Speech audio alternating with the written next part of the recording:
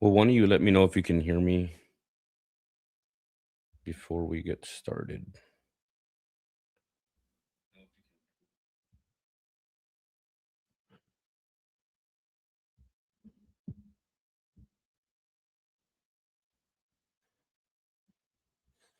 All right, thank you.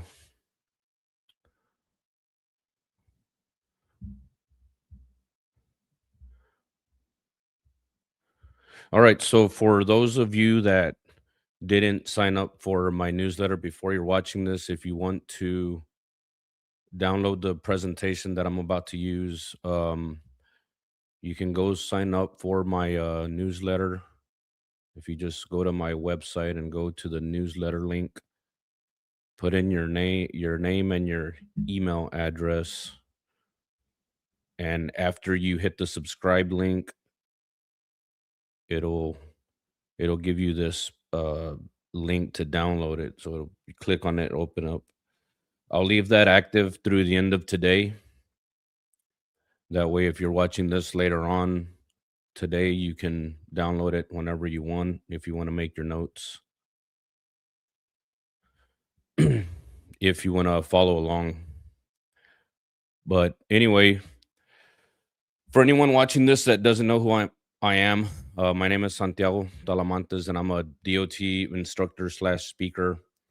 Been doing this stuff for about 20 years, and my primary offering is offering DOT courses, and it's just to help spread the knowledge I've gained over the last almost 20 years with the trucking industry, so that everybody has a better idea of how you're supposed to comply with these regulations that aren't so easy to comply with at times. But anyway, and one of the objective of this training is I wanted to provide to anybody that would need some help in understanding what permits that you're going to need when you start operating, whether you decide to be an interstate carrier or an intrastate carrier. When I started doing this 6 years ago on my own, I initially used to get a lot of phone calls from random people asking me if I could help them get their USDOT number or MC number. And I always just suggested to them, like, just do it on your own. Here's the website where you can go do it. Because a lot of them would also inform me that anytime they reached out to a third party service that they might have found online somewhere by Googling or whatever else, they would want to charge them a service fee because that's what they do. But it sometimes would be very ridiculous amount, at least in my eyes. And so this has been a long time coming to share this information with anybody that just, especially if you're about to start up your trucking company, where as a business owner, I know how hard it is when you're just starting up and there's nobody to help you, and money is very scarce. So this is just my way of giving back to this industry, and also for anybody that just wants the factual information and where you can find it. So this is twofold. I'm going to show you uh, not only where you would get these things, but also help you understand when you're actually required to have them. One of the other practices from some of these third party service companies is they will recommend or suggest or even trick you into thinking that you need an additional permit or something else, because by making you sign up for a bunch of stuff that you may not even need, I'm going to add an additional service fee to it. And that's just one of the practices that I've never agreed with. Now, if you want to use a third party company to do all this for you, by all means, go ahead and spend that money. This is just for those that want to do it on their own, because as you'll see by the end of this presentation, you do not need anybody to do any of this for you. You can completely do it on your own. Anyway, so to get into this, just to give you my brief background, I spent 7 years in law enforcement. Majority of that time as a state trooper here in Texas on the DOT side. I left the state back in 2012, and started working DOT on the company side. So I spent the next 8 years working for a few companies and understanding how DOT compliance works on this side, which I had no idea involved way more. So this is another reason that I'm able to present this to you, is because when I was doing roadside inspections and I pulled a truck over, I knew what it needed as far as permits go, but I didn't necessarily know how you actually get them. I knew you needed an IFTA license, but I couldn't tell you how you get it. Now that I've been on this side and I've had to do it, that now I can share this with everyone and show you that yes, you can do this on your own. So again, it's almost been about 21 years that I've been doing this and working on both sides, which gives me a very unique perspective than most people who just retire from the state. I'm also an OSHA guy, so I also have in part done workplace safety, and kind of worked my way up the ladder working on the safety side, but also learning how DOT worked on the company side. Went through Texas A&M's program for co-shows, and I've sat through over 600 hours of OSHA training, which is not fun one bit, but a very necessary and unique perspective also for me to have, as opposed to someone who was only DOT. Again, my primary offering, though, like I said, is providing training courses. So if you get any benefit from this training and you want to come sit through the course, through any one of my courses, you can go to my website and go to the training page and see where the courses are at. And if you want to get a better perspective on all this stuff, I teach this in long form detail in these courses. This presentation I'm about to give you is actually one of my presentations in my DOT manager training, which covers the permit stuff. But if you wanted to again learn more detail and the responsibilities that surround or required of someone who's a DOT compliance manager or safety manager for a company, that's what I show you in that course. Again, from the perspective of being in enforcement, but also doing it on the company side myself. Now, just to give you an idea of how ridiculous some of this stuff can be when you're using a third party, because like I said, if you want to use someone, by all means do it. But I'm going to show you, just as an example here, I did just kind of a quick study of general fees, general service fees that a third party is going to charge you to do some of this for you. Um, so, for example, USDOT number I'm going to show you is absolutely free. A typical third party would charge you up to 300, but I remember getting called by a guy in Georgia a couple years ago, and I could hear in his voice he was sounded very defeated because a company that he called, and I don't know who it was, but they were going to charge him $700 just to get his USDOT number. So that guy, I emailed him the website, walked him through the process to do it on his own. Because again, some of this is just for me a little outrageous, but um, if someone is just not sure and they want to do it, then by all means go do it. I'm just going to show you in this training how to do it on your own. One of the other things I want to mention real quick before we go through this, um, this this course isn't to teach you how to do it for free. It's how to do it on your own without paying third party fees. Uh, this I think I kind of messed up initially in the header of photo where it said free, and some people thought it was get your permits for free. No, it's the training is free for y'all to do it on your own. Okay. But you can see as some of this stuff is just some of the amounts they charge you is just absolutely ridiculous. But if you want to do it on your own, then I'm going to show you how to do it. All right, now, regardless of whatever state you're in and where you're operating out of, once you have established all your business stuff first, right? Because this is what I want you to understand. I'm not showing you how to open a trucking company. I'm showing you all the permits you're going to need after you've already done that. So, for example, you've already filed for your business name, you've obtained your EIN from the IRS, you've got your if you pay state taxes or you have to file with the state like we do with the comptroller as a business. This is everything after that. So you've already got your stuff, and now you're actually going to start obtaining all of your permits to be a motor carrier. regardless of what state you're in, the first thing that everybody starts out with is a USDOT number. It doesn't matter what state you're in, if you're going to be interstate or intrastate, you have to obtain a USDOT number from FMCSA in order to start operating as a carrier. Now, what is a USDOT number? All it simply is an identifying number that's issued by FMCSA. That's the number that they use in order to identify you as a company, and that's what they use to monitor all of your activity as a carrier. So every roadside inspection, any audit that you get, any kind of investigation that you get, anything associated, crashes, everything is associated with your USDOT number. The easiest way for me to explain it is think of it like your social security number that identifies you as an individual to the government. This is exactly what your USDOT number is to FMCSA. Now, when do you need a DOT number?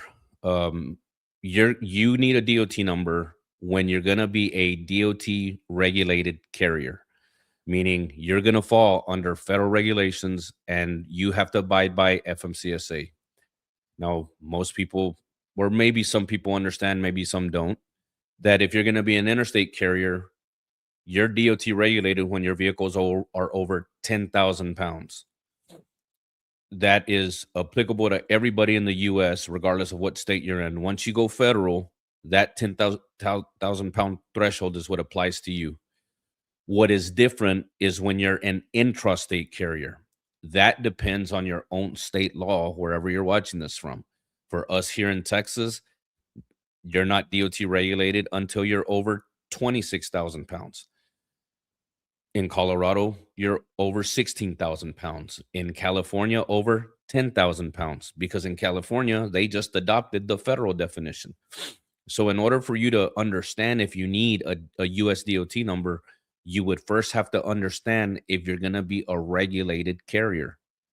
So, if I was only going to haul commerce in vehicles that are 15,000 pounds, then if I stay here in Texas, I don't need a USDOT number. If I go interstate, I would, because 15 is greater than 10. So again, if that's a hard concept to understand, come sit through my manager training and you will thoroughly understand the difference between the two. Hey, so bottom line, if you're going to be in a regulated motor carrier, then you need to have a USDOT number. It's pretty simple how you get it. Just go to FMCSA's homepage and you'll see a drop down menu come down under registration, and you'll just simply put apply for a new USDOT number. And it'll take you to the system called the Unified Registration System. I think I might have read that they're about to make some changes with this. I'm not sure. But for right now, this is still the way you do it. But once you go to this website and create your login and stuff, it's going to walk you through a series of questions. Now, I actually have on my YouTube channel a long form video where I walk you through this process. It's about 30 minutes or so, but I took the most pertinent questions that you need help with and just show you how to answer it depending on what you're going to do. I'll tell you, one of the comments I still get over and over, questions I'm getting over and over, is in one of the mistakes that you're making. When you get to the question of where it asks who is filing this, make sure you select yourself as a carrier, because when you select a third party, that's when it's going to require you to have a power of attorney, and that has to be the most common error that at least I've gotten in my messages or in the comments is, hey, Santiago, it's giving me this error. It's telling me I need a designated power of attorney. And that's because when you filed and you answered that question, you didn't put that you were doing it as yourself, which makes sense, right? If someone's filing a legal document for you and you're not the one doing it, then there has to be some legal document that covers the agreement of obtaining that number. So make sure that you do it on your own, or that you put on there that you're yourself actually doing it. Now, I also there's an older video that's still on my TikTok, I think. That where I walked y'all through this, but that was about 3 years old. This is updated 2 years later, and one of the reasons that I did that, and we'll get to that when we talk about the MC number. when I made that initial video back in 2022 or 2023, you there was two separate systems for USDOT number and your MC number. As I started to get more and more comments from, or I get comments or messages from people that watch the video saying, "Hey, they're charging me 300. They're charging me 300." I knew there was something that had happened. So when I went back in there and I saw now they're making you they're having you sign up for an MC number and through the USDOT number process in the URS. That's when I went back and made this video, because I didn't understand that before. When I had made that old video, I didn't know that that change had happened sometime in between then. So that's also what I advise y'all of is in this video is, as you're going along, if you don't want to have to pay anything, you need to just initially tell them, like, I'm not gonna be an interstate carrier. I'm not gonna haul goods for anybody. And then anytime you need to make changes to your FMCSA information, then you just go back and update your MCS 150. That's another, it covers kind of another question I get from at times is, can I obtain my USDOT number but not start operating? Well, I don't really recommend you do that, because the idea with FMCSA is there's no reason for you to file for an application for a DOT number if you're not planning to start operating. But that technically is correct. Yes, you can sign up for a USDOT number and then just wait a few months, just if you want to obtain it. But you have to be very careful in the application process and what you're indicating, again, because once they believe that you are already operating, then at that point you still may be subjected to a new entrant audit if you classify yourself as an interstate carrier, even though you haven't actually started running trucks. So yes, you can do it, but I just advise against it, because I would rather you not obtain it until you're actually ready to start operating. But if you need help with that, again, go to the my channel here and watch that video. One other thing I'll advise you on there that hasn't changed is, when you fill out your USDOT application, do not put your cell phone number down, because that's when you're going to receive an exorbitant amount of solicitors calling you to try to sell you all kinds of crap that you don't need. It'll primarily be insurance companies that are wanting you to already sign up for insurance, but you'll get like clearinghouse, MC, I mean, just everything you can imagine. So be very careful with that. What I've always suggested is that you either use an office number um, instead. Now it's gonna ring nonstop, because you're gonna get calls, you're gonna get text messages, you're gonna get emails. And the reason that happens is, when you file for a USDOT number, they're all housed in a PID, or a public information database, that under uh, Patriot Act allows that information to be publicized. Now there's these companies, these insurance companies, they have these mechanisms, these automated mechanisms that go grab all that info, and that's how they can mass send out these text messages, or the phone calls, or the robocalls, and everything else. If you search enough on FMCSA's website, they actually advise y'all that they warn y'all of this practice and let you know that we're never going to call you, we're never going to robocall you, we're not going to ask you for a credit card. And that's what these companies are simply trying to do. Now, I'm not saying they're all scams, most of them probably are, but some of them may be legit. But I'm just warning you against that, because it is going to happen. So if you either have like a spare phone that nobody's using, or if you have a landline, even better, because then you won't receive text messages. But it's going to happen, and it may take a week or two for it to change. And if you did use a different number, or just any number you made up, then just make sure to go back and update your information. Again, you file a new MCS 150 to update your information, because you actually want FMCSA to have your factual information on file in case they did need to call you or get a hold of you if there's a problem with your number or with your authority or anything else like that. All right. But it'll take you about 35 minutes or so to fill this out. And as long as you have no errors, which the system itself is preventative against it. Like if you have a problem, it'll take you back to that question, or it won't even let you move to the next slide. But once you hit submit, you'll have your DOT number, your US DOT number, you'll have it instantly then and there. Um, it doesn't take any t I don't I don't I've never encountered any time that it's taken an approval process. I mean, you instantly will get it then and there. And that's where it all starts. Like that'll be the one number that no matter when you're in anything else you're gonna get after this, it's the one number that you're gonna be primarily asked for anytime you're trying to obtain plates or IFTA uh or your authority or anything else. Like this is the very first thing that you've got to have is your USDOT number. Now, once you and again, there is no fee for it. If you're getting charged when you're filling it out, it's because you started to indicate on there that you also needed to have authority.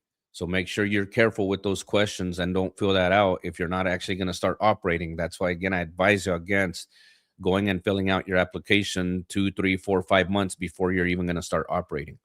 The other thing you got to remember with that is when you indicate to FMCSA that you're going to be an interstate carrier and you're filling out your USDOT number application, if you hit submit at that point, you instantly are put into what's called the new entrant pool. Within the next 12 months, at some point, is when you're supposed to get a new entrant safety audit. So what would happen then is that let's say you get your DOT number, you wait 6 months before you actually start operating because you just wanted to get ahead of time.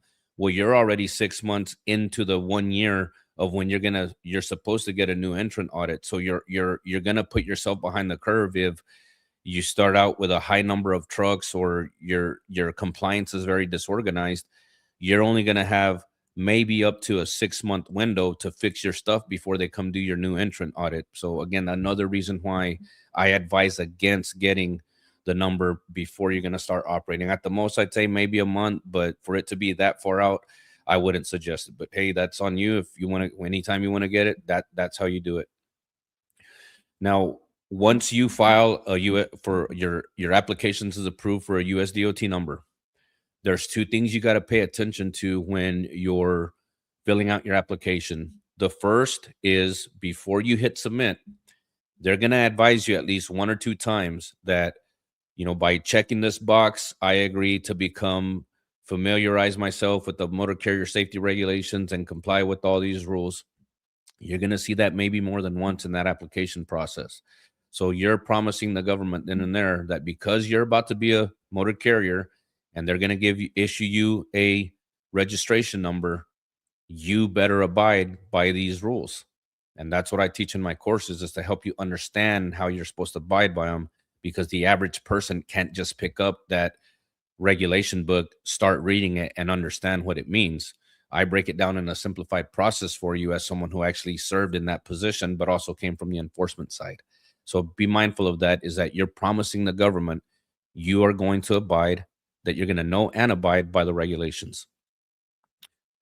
They're also going to tell you in there that once you file this application of information, every couple years, you're also going to be required to update that info through this process called, or this form called MCS 150. This is another form that you guys as carriers are going to be solicited for nonstop. There's a couple of companies that are notorious for this. I can't say them on this live, otherwise I'll get another cease and desist, like I did when I made a video calling out solicitors. But when you receive an email from someone suggesting to you that you update your MCS 150 or that you need to update it through their system, what they're trying to get you to do is update it through their website so that they can charge you a service fee, instead of when you do it on your own, like I'm going to show y'all, it's absolutely zero. I actually just posted a video on this on my channel where I walk you through this process, like through the actual website. So if you want to, if you need help filing your MCS 150, go back and watch that video and I walk you through it. But I'll just kind of briefly cover it here. Now, this is, again, all it simply is you're updating your information with FMCSA, because a lot can change from the time that you filed for your USDOT number in a 2-year period. You may have moved offices, you may have changed phone numbers, you may have way more trucks than you initially started out with, you have more drivers. So this is why they require you that every couple of years you just update that information with with FMCSA.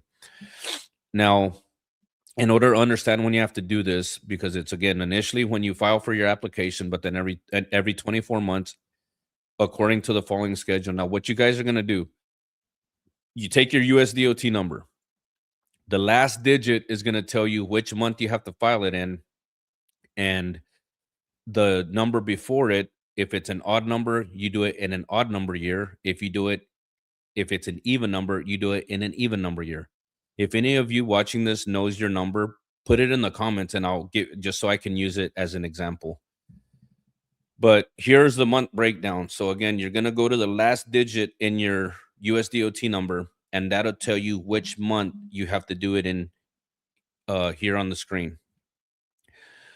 Then you'll just take the number before it, and if it's odd, you do it in an odd number year, and if it's even, you do it even number year. So for example, if my DOT number ends in, let's say 46, 6 being the last digit tells me that I have to file it by June. 4 being a even number lets me know I have to file it in an even number year. So what does that mean? I need to file another update by June 30th of 2026. And then I just have to do it one more time before June 30th of 2028, 2030, 2032, and so on. So it really is that simple. But again, now you need to do, if you do it on your own, it's absolutely free. If you go use one of these third parties, they're going to charge you 200, 300, and you're still going to fill out all the same info because the process itself doesn't change. You're just doing it instead of through your own portal, filling out on your own. You're using someone else's website that's going to submit the info on your behalf and charge you a fee for it, when if you do it in your portal, it's absolutely free. And again, I walk you through that if you want to see that process. I have the video here on YouTube. Now, just to show you here, this is straight info from FMCSA's website. What are the registration fees for new applicants using the URS, the Unified Registration System? And they tell us applicants pay $300 for authority, which we're going to talk about here in a second, but no separate fee is imposed for safety registration, or what they call your USDOT number, your safety registration number. So there is no fee for a DOT number. It's absolutely free from FMCSA. Now, everybody needs to have a USDOT number. One thing I want to also make clear, because I've seen this in comments in other videos or wherever. When you file for a DOT number from your own state, that's not a DOT number per se like FMCSA. That is simply your intrastate authority that I'm also going to talk about here briefly, but I just want to cover it because I want the understanding with the USDOT versus your state. So like, for example, us in Texas, back before 2011, if you were going to be a Texas carrier, you also registered for a TXDOT number. Now, it's not the same thing as a USDOT number. FMCSA is the only agency that can issue a USDOT number. That's a federally issued number. A TXDOT number issued by Texas back then was simply a certificate number for my authority here to operate solely in Texas. So even though you have USDOT and TxDOT or TXDOT, they don't mean the same thing. USDOT is a identifying number issued by FMCSA. TXDOT was my certificate number issued by the state of Texas, which was my authority to operate solely in Texas. All right. Now, when it comes to insurance is going to be your biggest barrier to starting up as a motor carrier, no matter where you're going to operate, whether it's federal or whether it's interstate or intrastate. Maybe if you operate in a high-risk industry like where I came from in the oil field, your affordable insurance is going to be one of the toughest things to find. It's usually the biggest barrier because it is you have to find somebody that's going to insure you, but also insure you and that you can actually afford the premiums. Now, by law, and still to this day, since January 1st of 85, the blanket you're required to have is $750,000, which you probably won't find any insurance carrier to insure you only for that. They usually will make you at least take out $1 million to $2 million policy. But that's been in law since '85, and they've tried to change this numerous times, and for whatever reason, they've never been successful with it, which I believe should be way more, because maybe in '85 it made sense, but in 2025 to 2026, 40 years later, doesn't make any sense because of these frivolous lawsuits and stuff that exist. But for anything else, and again, here's the section in 387.9 if you want to read it. But if you're going to haul hazmat, you got to have higher insurance, and also for if you're going to haul passengers. But 750,000 is the minimum. That number for some states also goes down. Like for us in Texas, if you're going to only operate intrastate, that blanket goes down to 500,000. But that 750 applies to everybody that's going to do it interstate wise. So that's the minimum amount that you would have to have on file before you obtain your operating authority, or I would recommend before you obtain it. But that right there, and again, it's just a FYI, right? Insurance is completely separate, but it's something that I would suggest that you look at before you apply for your authority, because that's going to be your biggest holdup, is if when you apply for an MC number or you apply for your intrastate authority, either one of those is not going to be active until your insurance is on file with either FMCSA for your MC number or whatever state you're in with your state agency that governs that program. For us, it would be TXDMV, or Department of Motor Vehicles. All right. Now, if you're going to operate interstate, we talked about already, no matter interstate or intrastate, got to have a USDOT number. No matter if you operate interstate or intrastate, you got to have insurance. Next thing we're going to look at is obtaining our operating authority, or our right or our privilege to operate across state lines. Now, just understand, and I should have mentioned this at the beginning, that when we talk about DOT permitting, all it really is in reality, it's just a way for the government, for the federal government and the state governments to make money off of our work. Be real. That's all it really is. It's just them getting more taxes off of our work. Now, to be an interstate carrier, and you're required to have federal operating authority. By definition, operating authority is a carrier's right to operate a CMV to transport goods or passengers for hire. And I'm going to cover that here in a second. But operating authority is what you're going to need to have when you're going to transport goods or transport people for hire. If you're just a service company, like let's say an electrical company, where you don't actually transport goods or someone else's goods, then you wouldn't need to have it. This is when you're going to actually transport goods, or you're going to transport loads. In general, companies that do the following are required to have interstate authority in addition to a USDOT number, because remember, they're not the same thing. You either transport passengers interstate, or you transport commodities that are owned by someone else in interstate commerce for a fee or for some type of compensation, classifying you as what you call a for hire carrier, meaning somebody can pay you to haul their product across state lines. That makes you a for hire interstate company, therefore requiring you to have a motor carrier authority or federal authority in addition to a USDOT number. Authority is often identified as an MC, FF, or MX number, depending on the type of authority that you sign up for. This is something else that, like, if you're going through the application process, and it'll also start asking you if you're also going to be like a broker, if you need broker authority, freight forward authority, or even MX authority if you were going to be a cross-border transport company, because they're already letting you classify everything in that one application process. Or you could go do it later on your own, but it's all done through your portal. But for every one of those authorities that you're going to be granted, right? So let's say, for example, I was going to be a broker and also have my own trucks, then I would need to have broker authority, and I would have to have an MC number or motor or MC. I try to get away from saying MC number because they don't issue those anymore. As of October 1st of last year, they stopped issuing numbers. But you still need to have the authority if you're required to have it. But I would pay $300 for broker authority, and then I would pay $300 for my MC number.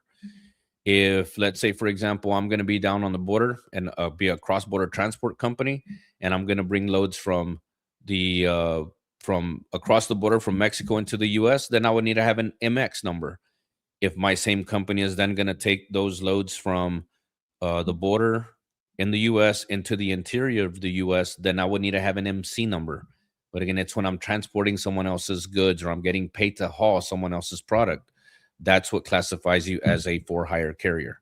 Unlike the DOT number application process, a company may need to obtain multiple authorities depending on, again, what you're going to do. So in that case, right, being a broker and a carrier, I would have to have two different authorities. I pay 300 and 300, but I will only ever get one USDOT number.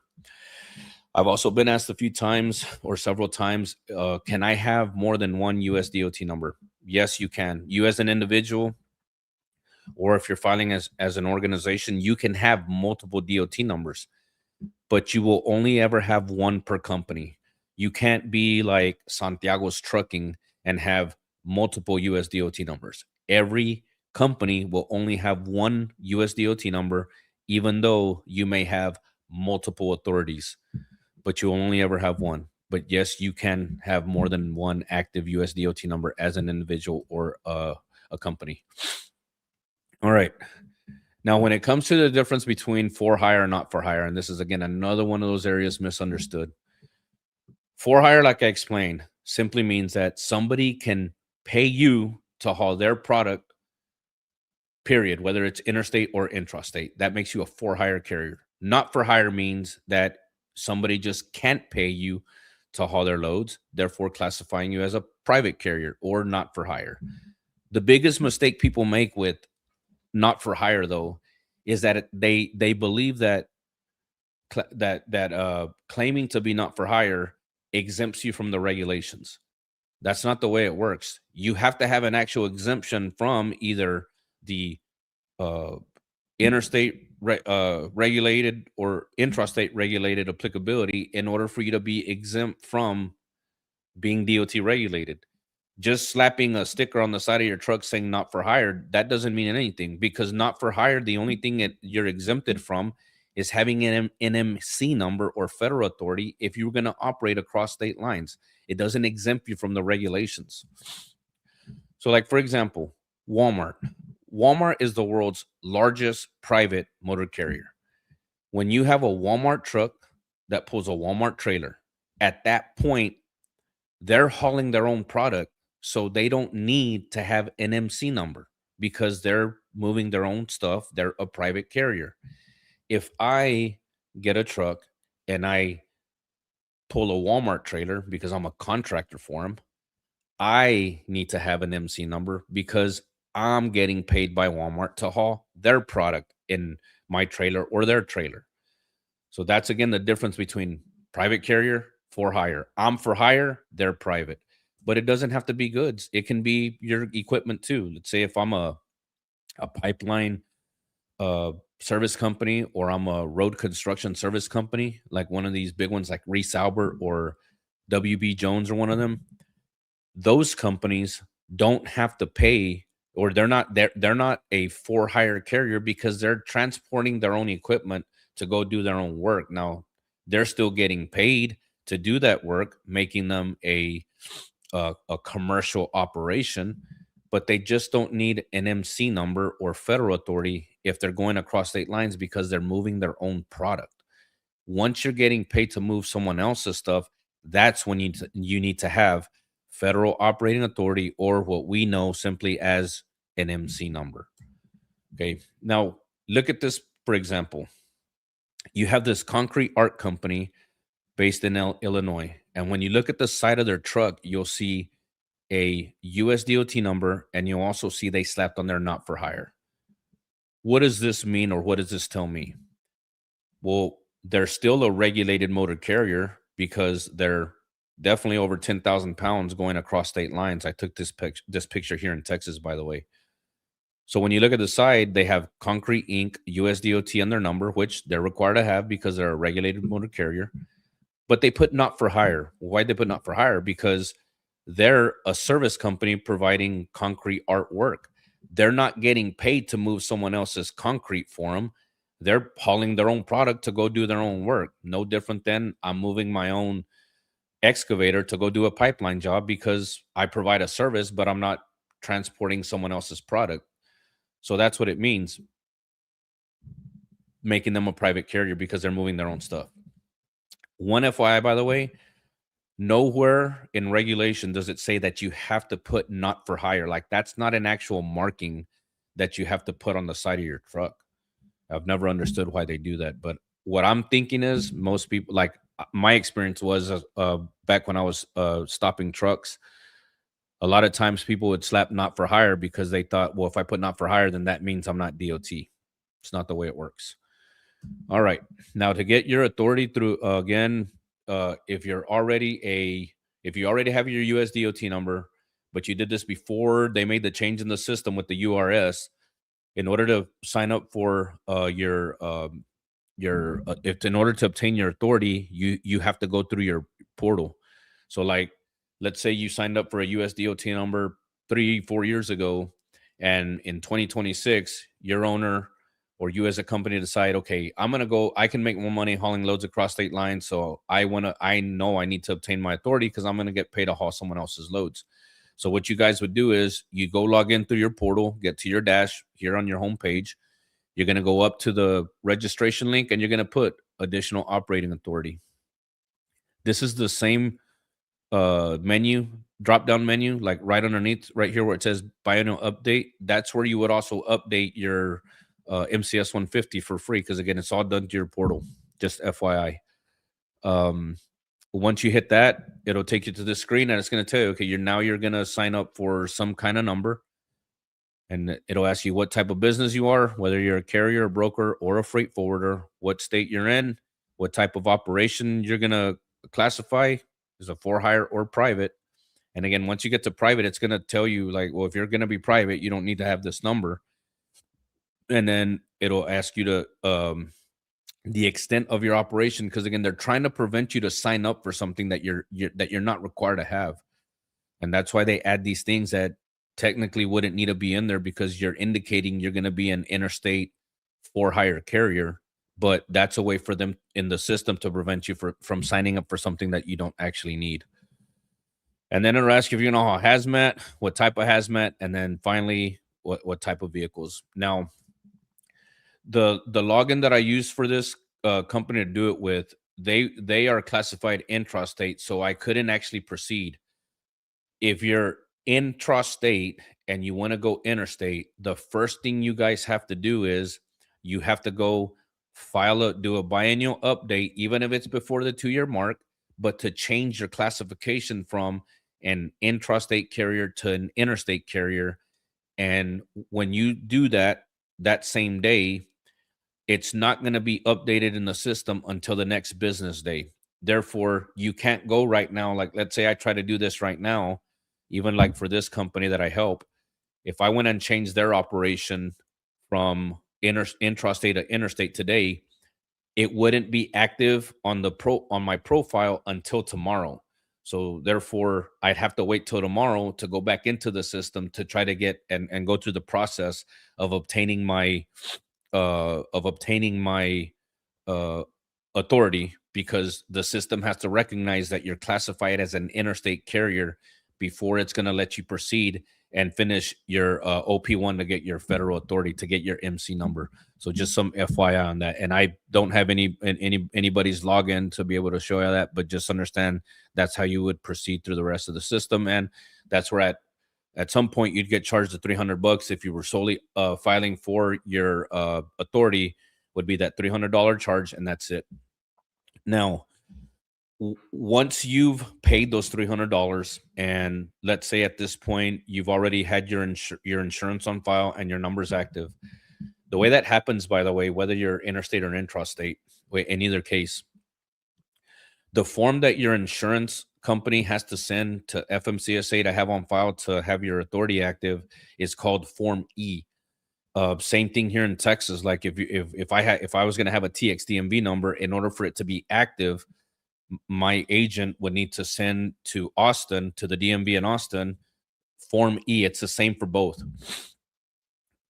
And as long as you keep your insurance, as long as you're keeping your insurance active, your authority will never go inactive. This is why, like, when you guys come up for insurance renewals, it's really important that you have like really effective communication, because sometimes that process starts to linger a little bit because you're trying to find more affordable policies, especially if you have a bigger number of trucks or whatnot. But you have to make sure that that form gets sent on time. Otherwise, if your insurance has a lapse and expires, as soon as as soon as it expires, FMCSA is going to inactivate your authority. In order for you to reinstate it, you're going to have to pay an additional $80. So that 300 fee will only apply one time. And as long as your insurance stays active and always stays active and on file, then you will never have to pay those $300 again. And if you ever had to change your name again, $14. Now that's $300. You use a third party to do this, they're going to charge you $700-800 to do this. The other practice I've seen from some of these third parties is they'll add like a $25 or $30 fee, $40, $45 fee, and it'll say like express service or expedited service. Well, that I know for sure is a scam, because they can't force FMCSA to process something faster than that they're going to do on their own. Like, you can't force the government to do something faster for you. I mean, that's just common sense. You'd be able to know that they're just trying to collect an additional fee that is really paying for nothing, because you can't. It's not like you can call FMCSA and, hey, I submitted my authority. Can you hurry up? I'll pay you $40 if you hurry up. Like that, it doesn't work that way.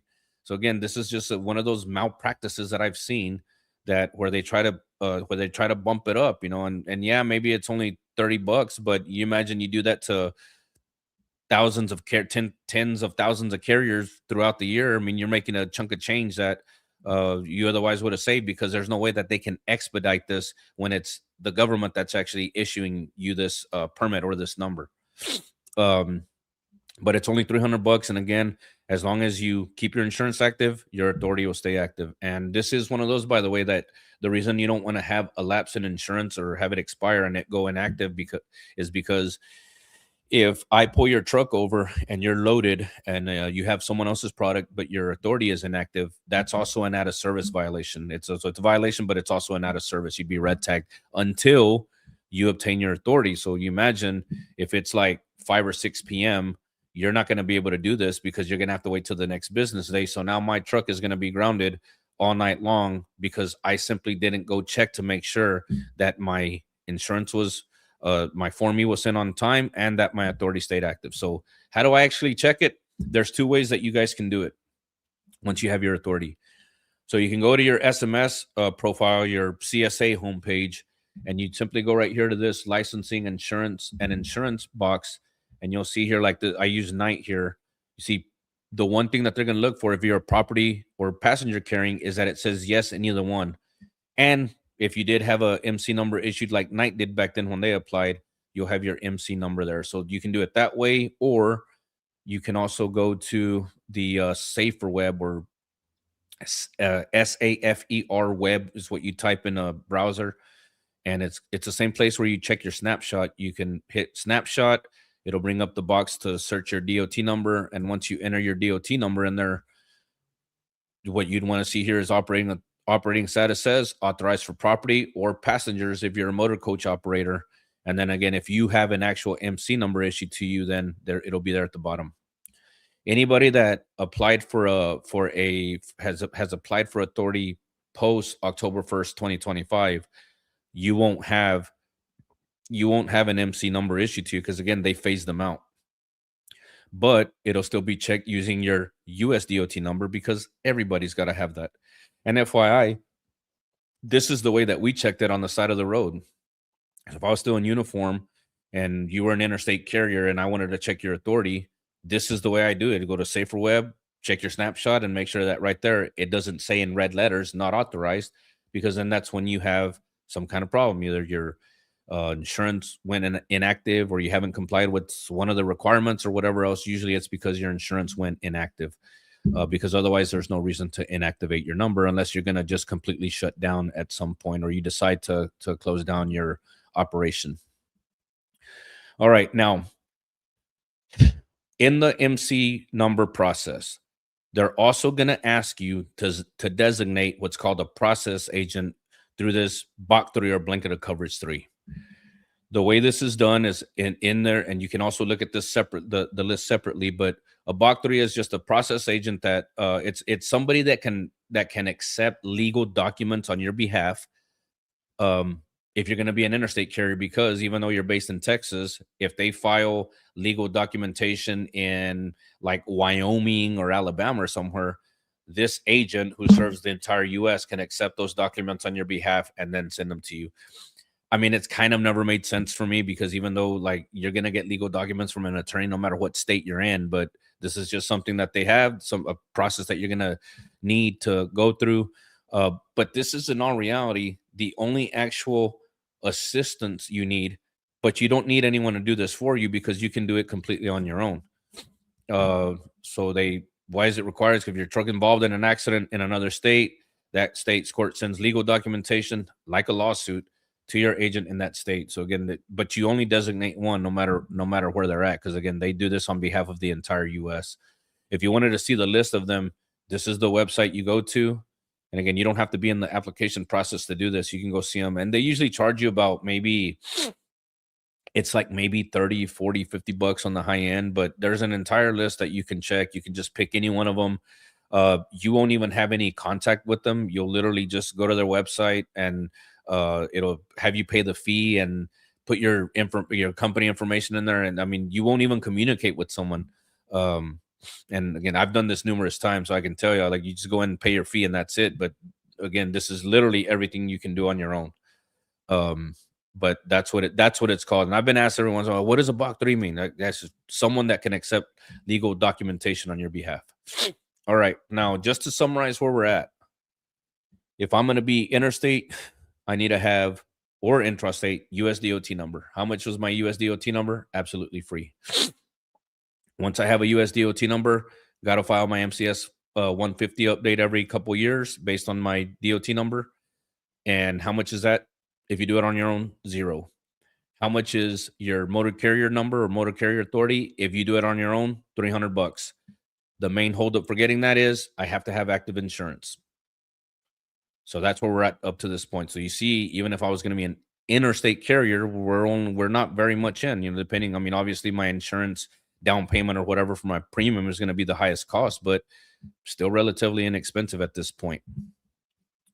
And if I'm going to be intrastate, well, I only need a DOT number, which is free. I don't need, and then updating, I still have to file my MCS 150 update if I'm an intrastate carrier. And then once I get to my insurance, I got to have it whether I'm interstate or intrastate. But I don't need to have I'm not going to pay the fee for federal authority, and I'm not going to pay a fee for a BOC 3. So now we're just going, we're classifying each operation, but I'm also showing you that like it's pretty inexpensive to start up. All right, now let's talk about Unified Carrier Registration, or UCR. Now, this is another requirement that came into effect. I mean, still relatively in modern times, enacted back in 2005, went into effect in 2007. But this replaced what was called back then the single state registration system. And for anybody that's watching that's been around that long, this is for you guys. Remember that before UCR existed, in the lower 48 that you were going to operate in, you were required to register with your one state, but pay fees to all the other states that you were going to operate in. But you only had to pay a fee to the states you were going to actually operate in. So let's say I was Texas based. I would have to pay the state of Texas, but I would have to tell the state of Texas, okay, I'm going to register in Texas, but I'm also going to operate in New Mexico, Arizona, and Oklahoma. So the fee that Texas charged me, those other 3 states, they collected fees from the one fee that I paid to the state of Texas. That's why it was called single state registration. You register with a single state, but those fees were then dispersed to the states that you were going to operate in, and you had to classify those. Every year that you renewed, you had to indicate what states you were going to operate in order for them to be able to get those fees. Now, once it was once it was removed, once the single state registration program ended and UCR went into effect, they had to make they had to create a way to subsidize the other states that lost all that revenue, and that's how they created this UCR program that now you guys have to have if you're going to be an interstate carrier. But like again, all it really did was provide proof of insurance to those other states that you're going to operate in. So again, at the end of the day, it's really just how the federal government make money off of you by making you pay for a MC number. And then single state registration is how the state governments made money because you were going to actually operate in their state, transporting your goods or transporting people. Again, this is all based on the fact that it's just taxes collected by federal or state governments. When you go to the UCR website and you look at the map, these are all the participating states. Now you got to be careful if even if you're in a non-participating state, or like let's say I'm based in Arizona, but I'm still going to be an interstate carrier, you're still required to register with a home base, even if your own state doesn't participate in the program. One other thing you have to be mindful of is that if you're based in a participating state and you're going to cross through one of the non-participating states, you may still need to obtain some kind of permit from that state in order to legally cross through their state. And I imagine they have some kind of fee that they're wanting to collect, but they just chose not to have it a subsidized fee that's more minimal instead of a flat rate that they're going to charge you as a carrier because they don't participate in the program. They don't get any fees. So like the fees that I pay to the state of Texas, Arizona, and these other states are not getting any of that money. They're just choosing to collect it when you're going to pass through their state, however that may be that they collect it, or whatever it is, whatever they call it for you to have to obtain in order to operate through those non-participating states. Now, which vehicles are you required to pay for as a carrier?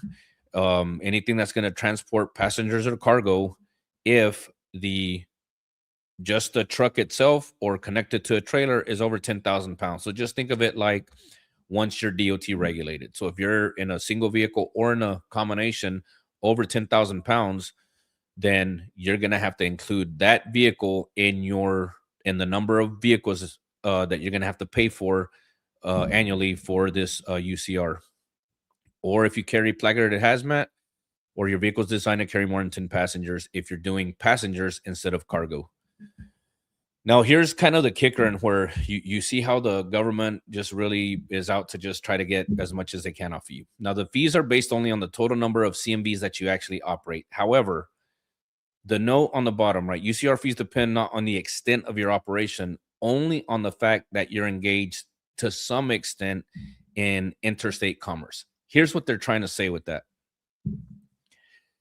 If you have 20 trucks in your fleet, or let's say 20 trucks in your fleet, and only 2 go across state lines, but the other 18 stay in your own state, what I normally would think is, hey, I should only have to pay for 2, which is fair. So I'd only be paying $46. But based on that notation of no, it's not on the extent of your operation, which is that only 2 go across state lines. It's only on the fact that to some extent you're interstate. Therefore, what they really mean is, no, you're going to pay for all 20 at $276 instead of the $46 you thought you were going to pay just for those 2 trucks, which are the only ones that are actually going across state lines. That shouldn't be any surprise to any of you watching this, because that's just how the government works. They want to make more they want to make easy money without it being any harder on them. So that's the way it works. Now you see here, $46. You go try to do this to someone else, you're looking at $200, $300, numerous fees. And you can go look at these if you ever want to search them. Like, you can search any of these third parties and you'll see, compare what I'm showing you factually and what the fees are by their schedule, as opposed to what they charge you if you do it through them. Now, how you do this is you go to ucr.gov, and you know it's legit because it ends in .gov. It's one other thing I forgot to mention to y'all.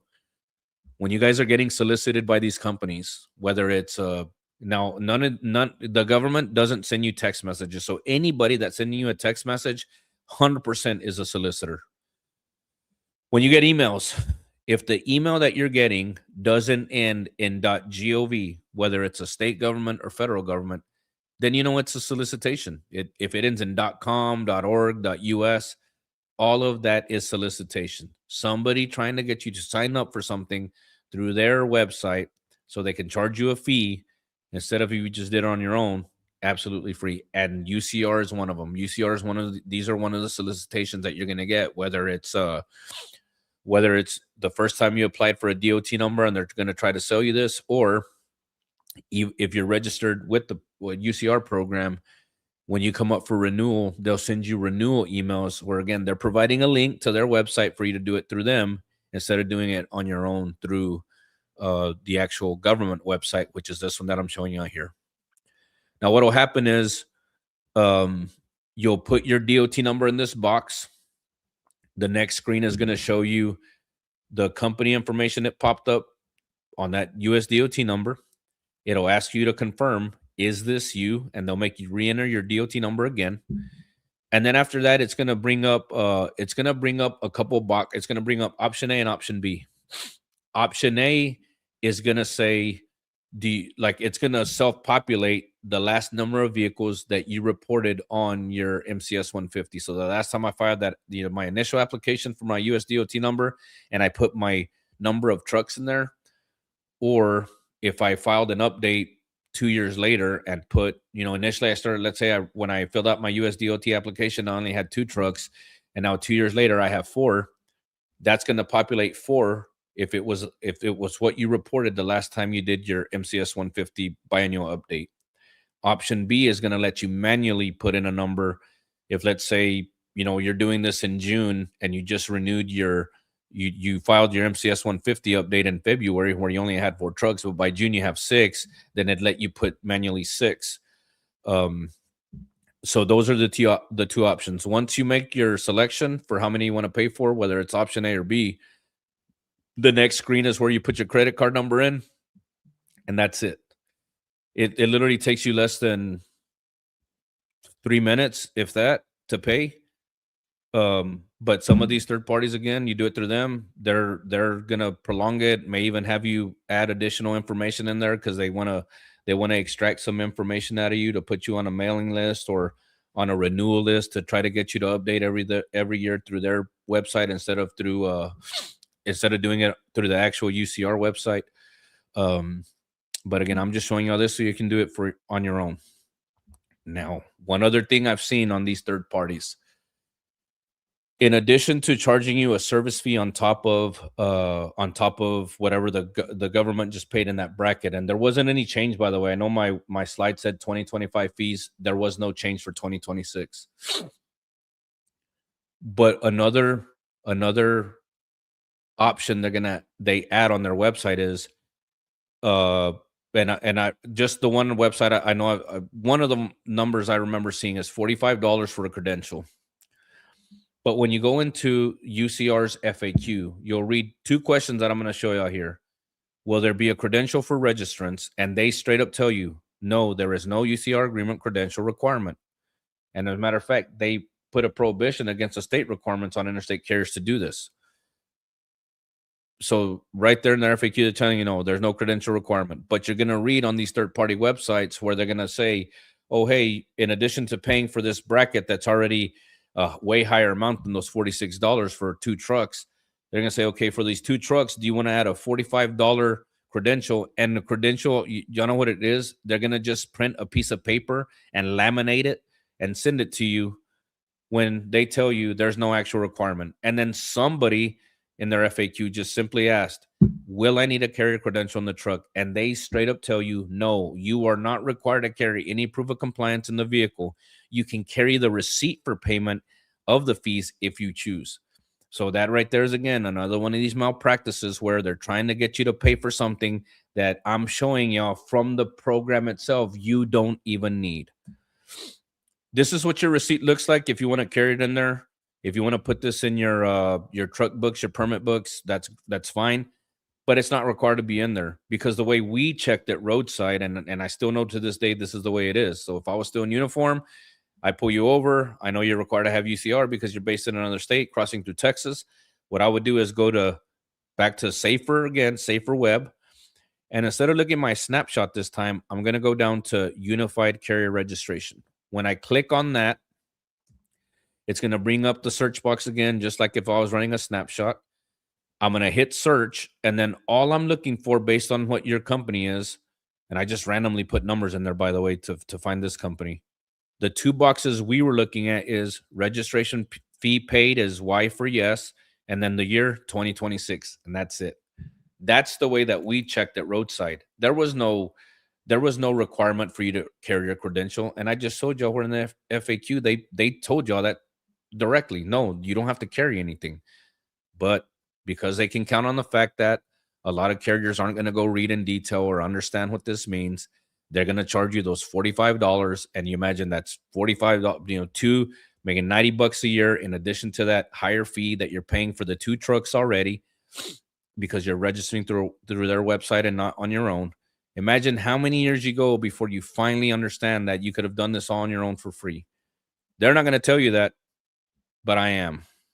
So a lot of them are probably not going to be very happy that I'm doing this, but I don't care because I'm not them. All right. Now, that was all interstate. So just to recap for y'all. Interstate, USDOT number, insurance, file your MCS 150s when you're required, MC number, UCR. So those are the 5 things we've covered so far. If I'm going to be intrastate, still need USDOT number, still need insurance. I don't need an MC number. I don't need UCR. Instead, wherever you're watching this from, all you need to have is your own intrastate authority. So I'm just going to talk about it briefly for us because I'm here in Texas. So for us, our intrastate authority would be our TXDMV number. Now, to get intrastate authority, you're going to have to obtain it from your own state, wherever you're at. And it's only required when you're solely operating intrastate, meaning you're never going to plan to cross state lines. You won't have fees if you're a Texas-based carrier. This is just FYI for us in Texas. If you're a Texas-based carrier but you operate interstate, you still need to have a TXDMV certificate on file. But once you're UCR registered, because you're going to operate 48 state, or at least in the other participating states, you won't pay fees to the state of Texas because you saw that we're part of the participating states on the map. So once you're registered UCR, some of you might be aware of this. You'll get what's called a non-expiring cab card, and I'll show y'all what that looks like here in a second, as opposed to having the expiration date if you're solely operating in Texas. But no matter where you guys are watching this from, if you're only going to operate in, let's say, in Oklahoma or Alabama, then you need to have a USDOT number, still need insurance, but you don't need MC, you don't need UCR, but you do need to have Alabama DOT or whatever they call it there, or in Oklahoma, I think it's called an OCC number, Carrier Commission number, whatever it's called in your own state. That's all you're going to have, but you still need to have that USDOT number. Now, to get your intrastate TXDMV number, and I've been asked by outside people this, because again, I teach everyone how to do this. This is the presentation from my manager course where I talk about how to obtain your permits. You go to the TXDMV website, and if you want to see, so the way that you do this, you'll go to the DMV website, and there's only two options or two links that we're going to worry about. If this is the first time you're going to register for a TXDMV number, you'll use this eLink website. And if you already have your number, then you guys are familiar with the MCCS, and that's the system that when you log in, again, this is already after your TXDMV number has been issued, your insurance is active. That's where you add your vehicles or delete vehicles or whatever else, or as you delease if you do owner ops, or just sell them off. But those are only two things you got to worry about if you're obtaining your DMV number. Now, if this is the first time you're doing it, you'll go to the TXDMV website, go to this address here, and right here under Start New Application, it's pretty simple. It says apply for a TXDMV number. It'll take me through a series of questions very similar to my USDOT number application, but this is solely, again, for your intrastate authority. You'll answer all these questions. Now, you can fill out your application for a TXDMV number before you get your insurance. However, your TXDMV certificate is not going to be active until you've actually filed that Form E, or that Form E is on file and active with the state of Texas. You'll have your certificate number, but instead of it being like TX and then a bunch of numbers, the last four characters will be the word void, VOID. It'll stay that way until, again, your insurance is on file and active, and then you'll get your actual issued certificate number to be an intrastate carrier here in Texas. And how much it costs, I mean, it typically depends on how long you're going to operate, but most carriers are going to are operating all the time, right? So, but you see that here in Texas, we have the option of only obtaining authority for 7 days or 90 days. However, most are going to do it on a consistent basis. So you're either going to pay annually or biannually. The first time you file an application, be $100, whether you are paying per year or every 2 years, and then either $10 per truck for 1 year or $20 for 2 years. And then your insurance filing the very first time, again, $100. And then as long as you keep it on file and active, you won't ever pay those $100 again. You'll only either pay the $10 per truck for that year it expires, or $20 for every 2 years. But you'll see that even if I'm going to be intrastate, USDOT number free, don't need MC, don't need a UCR, and I'm only paying, if I have 2 trucks like I did and I want to pay every 2 years, I'd pay $200 for my application insurance, and then 40. So I pay $240, and I'm just going to operate here in Texas. So you see, it's very, very inexpensive, no matter what type of operation you're going to be in. Again, this is for us. For you guys watching from other states, you'd have to research and see what your state requires you guys, or what fees they require on your part. Once you're issued your DMV certificate, it'll be, again, a complete number, and you'll also see that it has an expiration date. If you happen to be UCR registered, you'll get a notation issued on your cab card, but it also doesn't expire, and that's why you see the pound signs or the hashtags in the expiration column. And the reason for that is because when you're paying UCR through the UCR.gov, because Texas participates, they're not allowing the state of Texas to collect fees from you through UCR and through your MCCS login. They're preventing Texas from double dipping off of you because we're a participating state. So again, they do these things to look out for y'all. One other note, this is just an FYI. I meant to take this out, but I'll just cover it since I left it in here. When you guys if you're a Texas carrier and you get a cab card, at the very bottom of that is where you'll see this note about the page saying that by highlighting the vehicle being operated, it must be placed in the cab of the identified vehicle. Meaning, if you got 10 trucks in your fleet and you have a TXDMV number, you have to print 10 sheets, highlight every number, and put that highlighted page in every one of your truck books. This is FYI, just the state law we have here in Texas. But anyway, all right, now let's talk about some taxes now.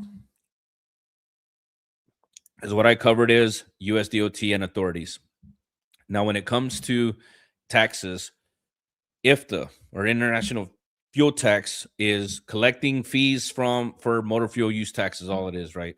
48 contiguous states of the U.S. and Canadian provinces are members of IFTA. So even in Canada, IFTA is enforceable if you don't have it. But typically, it's just going to be for us here in the state. It's for us in the States.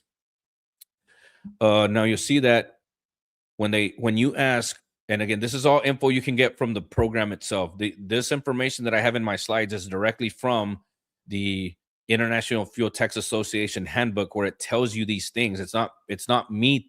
It's not my words. It's theirs. But one of the questions someone asks is, who's required IFTA? And they tell you, if you're based in a jurisdiction, which we just read was all 48 contiguous states and Canada, and you operate a qualified motor vehicle in 2 or more of those jurisdictions. Therefore, IFTA is an interstate requirement, because in order to operate in 2 jurisdictions here in the U.S., you have to be operating multiple state. If I only stay in Texas, I don't need to have IFTA, because I'm not leaving the state of Texas. I'm not operating in 2 jurisdictions. But the minute I decide that I'm going to take my trucks from Texas into New Mexico, or Texas into Oklahoma, or Texas into Louisiana, at that point, Now I'm operating in 2 or more jurisdictions, so therefore I better have an IFTA license if I'm required to have it. If you operate solely in your own jurisdiction, but make occasional trips outside the base, they tell you here you can elect to purchase fuel trip permits for that occasional travel. One of the things you have to be careful of, though, with when you're doing fuel trip permits, one, you would have to research and see the state that you're going to cross into, if they have any kind of restrictions with it, because sometimes these permits will only last for a certain amount of time.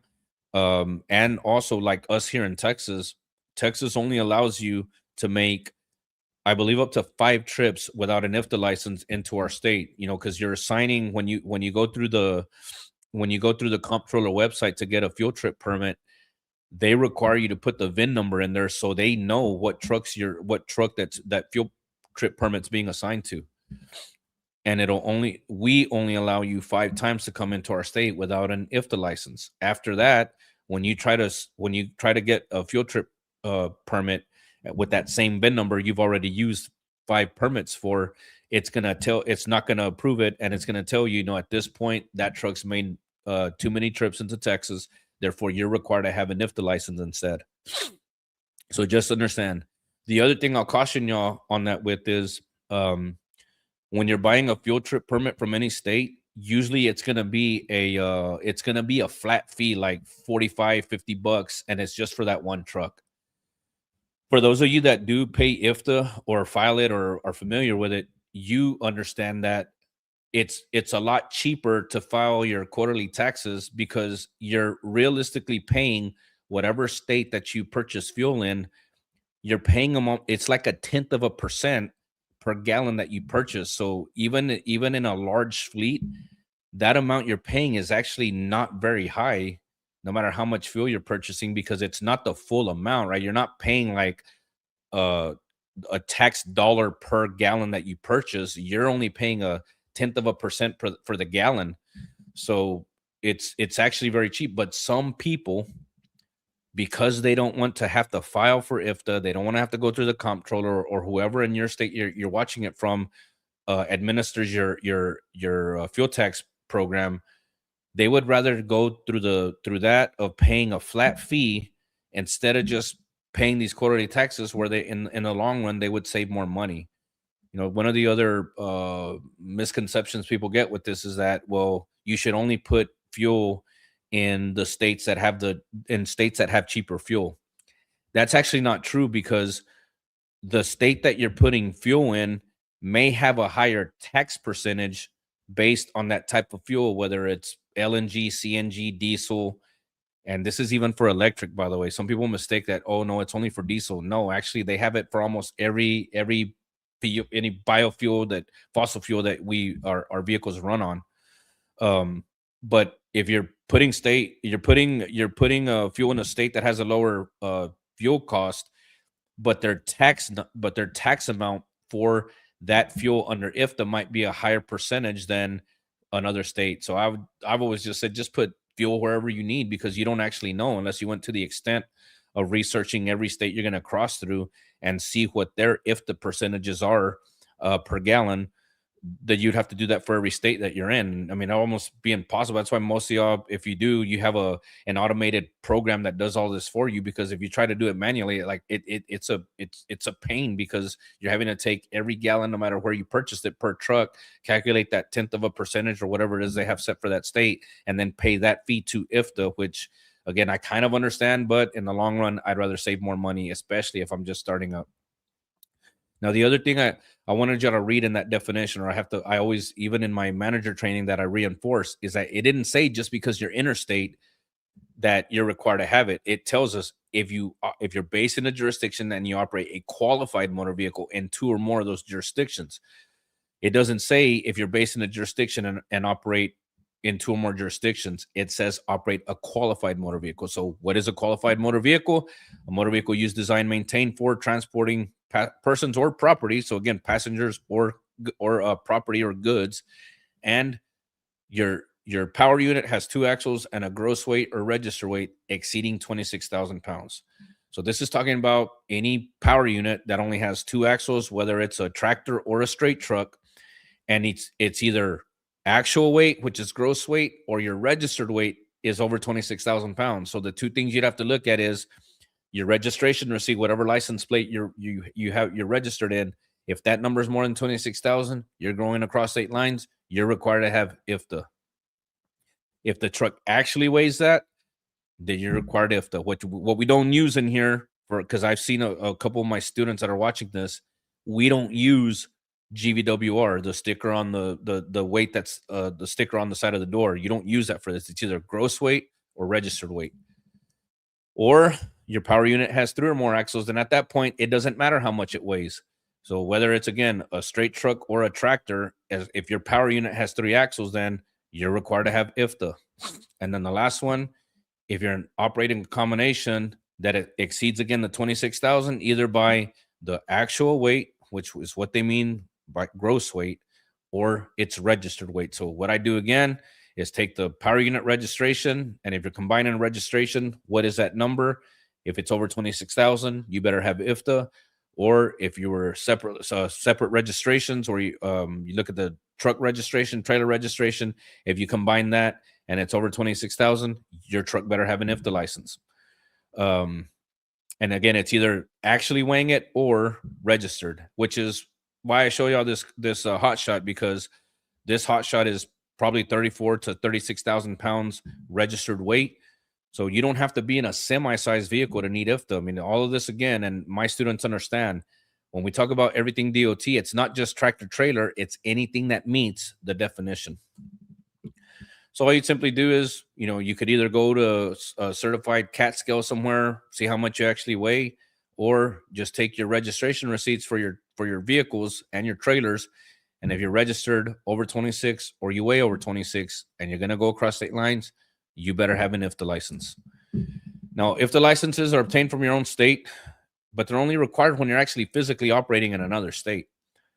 For us, you get it from the comptroller. Those of y'all watching from another state, you'd have to research and see where you get it from your own state. I would type in, like, if I was in Colorado, I would just simply go to Google and type in Colorado IFTA license, and then obviously at some point you can navigate to wherever you're gonna obtain it from in Colorado or whatever state you're from. For us here in Texas, comptroller. Now, what you have to do once you're required an IFTA license, you just pay your quarterly taxes that are due at the end of the month in that quarter, and it's actually filing online is the fastest way. Now, for us here in Texas, you're able to do it online. Whatever state you're watching this from, if they don't have that ability, then you're gonna have to do it old school on paper, or I don't know. I mean, I don't imagine there's not any state that's not modernized to the point where you can e-file, but because I'm not in every other state, I don't know. But for us, you can do it online through your comptroller website. Now, when it comes to the actual license, and this is some of y'all that watch my social media videos, let me explain, because I made a video where I talked about why your stickers actually don't matter, even though they're technically required. When you register a truck with the IFTA agency, whatever state you're from, they're going to issue your company a license, a blanket license for the entire company.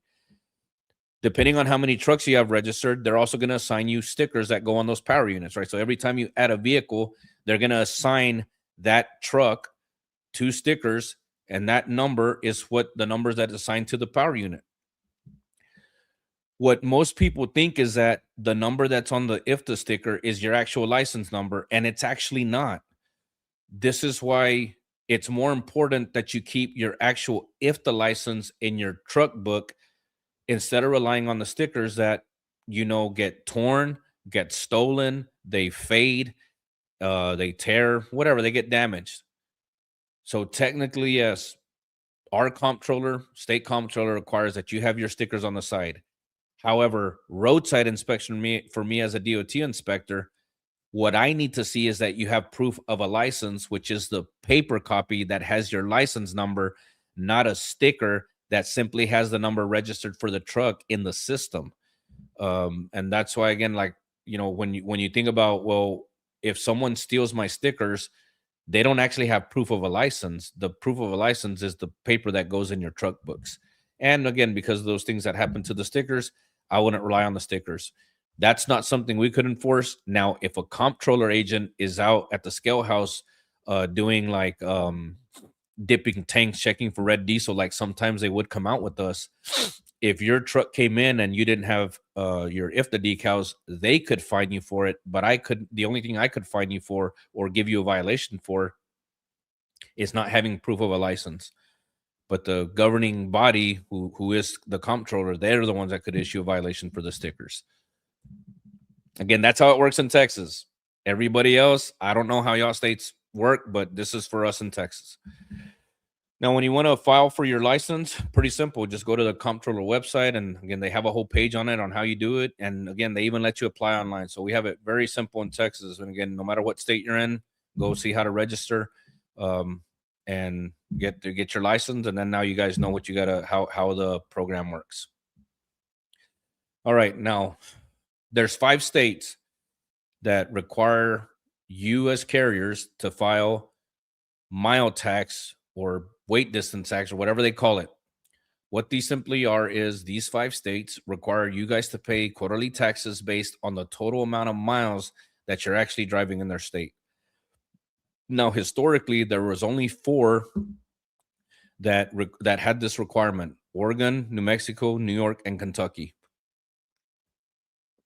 On January 1st of 23, Connecticut decided to join. So now there's actually 5 states that require these taxes to be paid quarterly based on the distance you travel. Now, just to go through them, just so you understand, again, that's what it simply means is they want you to pay taxes on the actual miles that you're traveling in their state. So in New York, once you're in a single vehicle combination, 18,000 pounds or more, required to pay New York highway use tax. In Kentucky, if you're 60,000 pounds or more, combination or single vehicle, you pay Kentucky weight distance, or that's where you get that KYU number. In Oregon, they use over 26,000 pounds. They call it weight mile tax. New Mexico also uses over 26,000 pounds. And in New Mexico, they call it weight distance. And what they also do in New Mexico is you got to pay $10 at a port of entry for a truck, but then you still got to pay the quarterly taxes based on the total amount of miles you drove in that state for that quarter. And then in Connecticut, they also call it, or they also use over 26,000 pounds, and they just call it highway use tax. So again, these 5 states are simply they just have a state law requiring that if you're driving through their state, you have to pay them quarterly taxes based on the total amount of miles that you drive in that quarter. That's all it really is. But that's not a federal requirement. That's a state requirement. That's not federally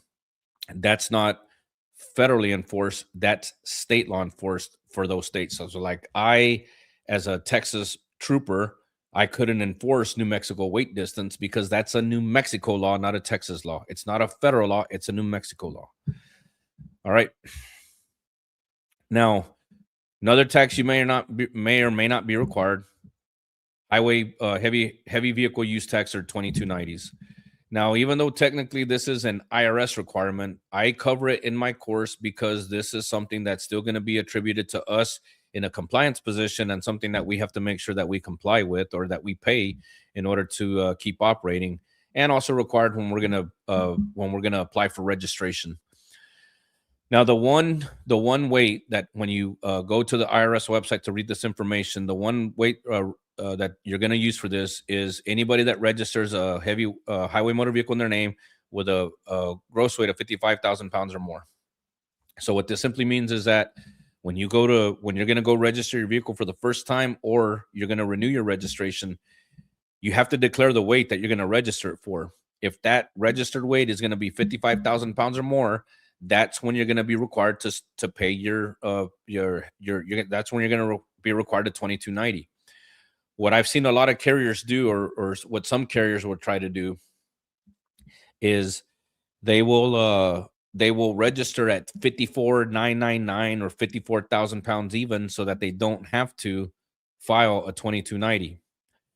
You got to be careful with that though, because if you were to get scaled out and your scaled weight is more than your registered weight, you're gonna have a couple problems. One, you're under registered for the amount of weight you're actually carrying, and two, you're also probably going to get a notice from IRS because now you've had a reported you're under registering one of your vehicles that you otherwise would be required to file a 2290 for.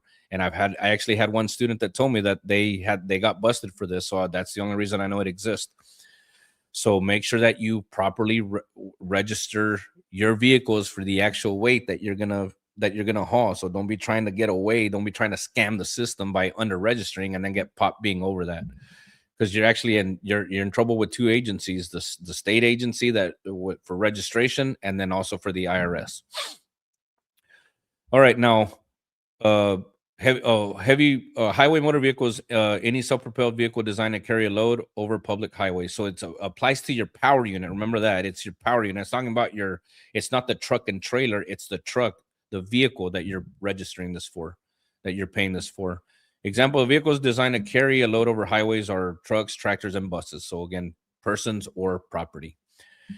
Now, there's a few exemptions to 2290 or heavy vehicle use tax. You can go look at the list on the IRS website, and there's like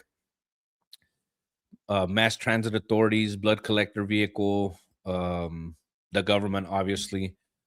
There's a few, but anyway, one of the only ones that might actually apply to students that I have, especially out in West Texas, is this one for vehicles that are considered non-highway vehicles, or specially designed machinery for non-transportation functions. And what it's telling us is that if the following apply, this is not a highway vehicle, because what the heavy vehicle use tax is, it's applicable to a vehicle that's actually hauling cargo or people over the roadways. This is now telling us, well, this is not a highway vehicle because it's not transporting people or property.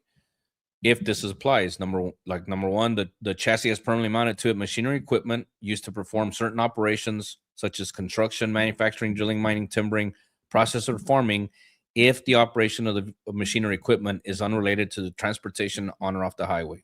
So irrespective of traveling on a highway, it's not actually designed to carry a load. The chassis has been designed only as serve as a mobile carriage for and mount for the equipment or machinery, whether or not it's in operation. And the chassis could not, because of its design and without substantial modification, be used as part of a vehicle designed to carry any other load. Now, I mentioned this because this is US wide. Like this isn't just for us here in Texas. This is a federal exemption under IRS if you have non-highway vehicles. Now, for us, the primary ones I know I could think of is a workover rig in the oil field, because that vehicle, even though it's on the highway, not designed to carry people, not designed to carry property, and you would have to substantially modify the entire chassis in order to carry a vehicle. Same thing for a water well servicing rig. There is no way that you can carry a load on that vehicle without having to modify the entire structure, because what the truck is meant for is the actual machinery that performs a work, just like a workover rig. So they're not designed to be a vehicle that's carrying a load. Therefore, these have an exemption to filing a 2290 because they're not considered a highway vehicle. This applies US wide. Now, these are just the two I know of, but if whatever you operate, or your company's gonna buy some kind of machine that could meet this criteria, then you may be able to use this as an exemption to not having to file a 2290 for that vehicle. You have to file a 2290 the first time the taxable vehicle is first used on a highway. So, I mean, and that simply includes, like, you go to a dealership, you go buy a truck at a dealership, driving the truck from the dealership back to your yard or back to your office, that's already your first tax use. You haven't even made any money off it. You're already required to file a 2290. The current period begins July 1st and ends on June 30th. So that's the time period they use for the 2290s. Now, if you register sometime in between, they do give you a prorated amount that you don't pay for that entire weight for that period. They give you a proration. So you'll see here the table that they have listed on the website, the IRS website, for the 2290s. You'll see that it starts at 55,000. So again, once you're registered at 55,000 or more, then you're required to file 2290. Now, for y'all that only operate tractor trailers, this is the reason you pay $550, because once you're over 75,000, and you're at the max allowable weight for the entire country at 80,000 pounds that you're registered for, then that's why you pay $550 every year. You can do this online. It's the quickest way. Again, but this is another one of those that if you go into Google or anyone a web browser and you type in file 2290, you're gonna get a bunch of third-party systems that pop up that are gonna do the same thing. They're gonna have you register and pay through their website, so that in addition to those 550, they're also gonna charge you 80, 100, 150, whatever they want to charge you. When if you just do it on your own, you don't pay any more than the registration fee, but then whatever the fee is for the website. Because what happens here, though, and I'm going to show you this when I get done with the presentation, just to kind of give y'all some FYI. But the IRS has, I don't know how many are listed on there, maybe 11 to 12, 13 websites that are IRS approved, because they don't directly take the payment from you. They have a third party that they have approved take the payment for you, and they'll also stamp the IRS once they receive your payment and file your form. They'll send the stamped copy back to that third party website, and then they'll email it to you. Because most of these, what they'll require you to do is create a login, because they're going to want you to use their same website to do it every year. And once you do, then you just use it from then on. So although all the 2290s that you file will stay in your dashboard, or they'll stay on file in case you ever lose a copy or you need to print a new one for a truck book, if you want to put it in there, even though it's not required. It's another video I made not too long ago where, this is an IRS requirement. This is not a DOT requirement. And the thousands of inspections that I did, I never asked somebody for a 2290, because that's not enforceable. That's an IRS law. I can't enforce that as a state trooper. But if you want to carry it in your trucks, that's fine, but you don't have to.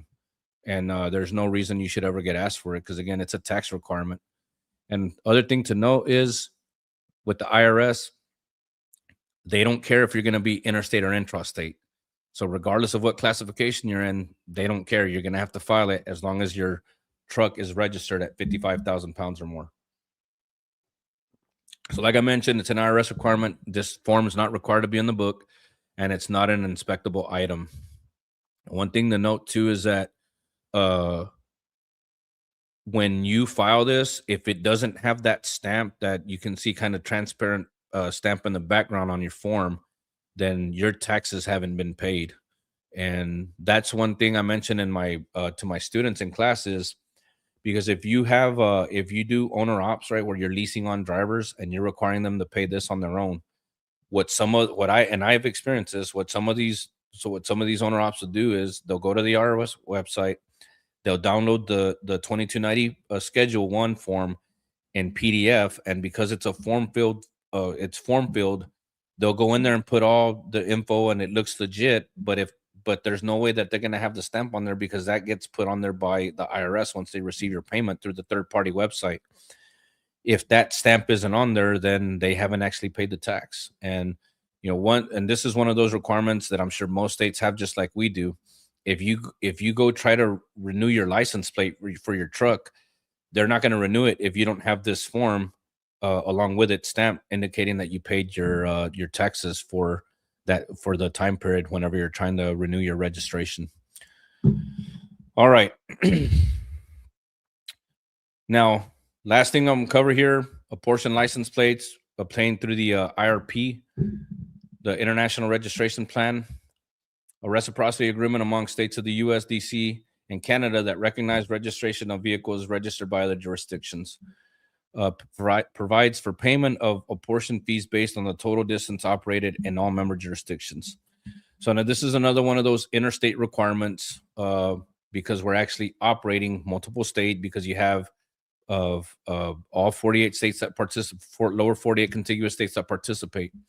Once you're going to physically operate in another state, then you need to have apportioned license plates that you obtain through the entire IRP program that's administered and governed by your own state individually, even though it's a federal program, just like IFTA. IFTA is a federal program that is managed by whatever state agency in your state is assigned to do it. For us in Texas, it's the comptroller. for our portion, it's the Texas Department of Motor Vehicles. You'd have to look at what your state has set for that because everybody's different, even though it's a federal requirement from a federal from one of these federal organizations.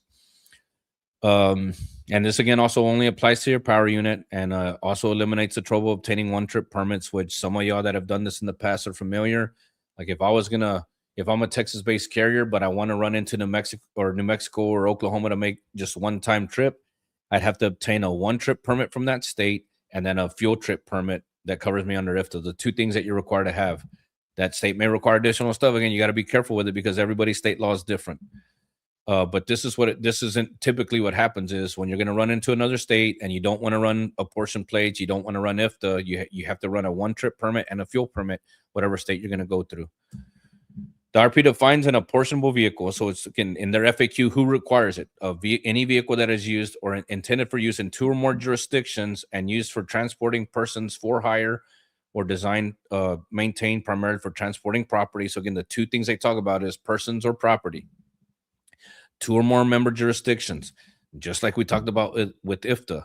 IFTA is required when you're operating in two or more jurisdictions. If I'm not going to leave the state of Texas, I am not required to have apportioned plates on my trucks. All right. So they're required when you're going interstate, regardless of what state you're in. And so designed for primarily for people or property and has two axles and a gross weight or registered weight in excess of 26,000 pounds. So we go back to that same definition under IFTA. If your power unit has two axles and it either actually weighs over 26,000 or it's registered over 26,000, which again, we just covered. We look at my registration receipt. If that number is more than 26,000, then you need to have apportioned plates on that truck. If your power unit has three or more axles, again, whether it's a straight truck or a truck tractor, your truck better have apportioned license plates on it. Or if you're in a combination that weighs over 26,000 pounds, and in this definition, we only use the gross weight, we don't use the registered weight like we did for IFTA. If your combination weighs over 26,000, then your truck better have apportioned plates. So these three vehicles is what they define as an apportionable vehicle. Now you can have apportioned plates on vehicles that are not apportionable, that don't meet this definition. But one of the problems that comes with that is once you put apportioned plates on any one of your trucks and even pickups, like I've seen some companies do, you have to adhere to the same record keeping requirements for those pickups that don't even require that plate, just like the trucks that you do have that are required to have the plates. And that's something you have to be really, really careful of because the IRP has very specific record keeping requirements on the part of your company. Now, to get your apportion plates for us, that's governed again, same through the same agency, the TXDMV, whatever state you're in, you'd have to research whoever does. If I was going to do that, I would go to so I think I saw someone say they're from Utah. I would go to Google and type in Utah IRP and then try to search whatever website or whatever government website for Utah that actually administers the program to be able to obtain my apportion plates. Now, for us here in Texas, the DMV, they do it all now online. Some of you have probably been around long enough to know when, in order to do this, you had to go to a regional service center to do it. What I've been told by multiple students over the last year, because I think this started January 1st of last year, so it's been over a year now, is that if you try to go to a regional service center to get apportion plates, they'll turn you around or just tell you that, no, you got to do it online. So, and I've been told from the several people that have used this, because I haven't actually used this myself yet, is that this is a real pain to get set up. So just FYI. And I mean, it was a pain. Now I did it a few times in person when that still existed, and I could tell you even in person was pain.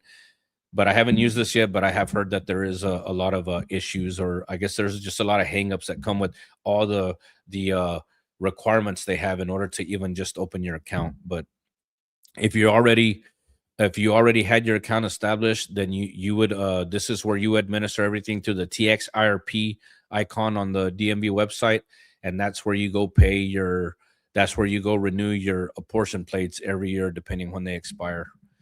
Um, and then you'll see here on an apportioned cab card, you see all these other jurisdictions because again, this is an interstate requirement.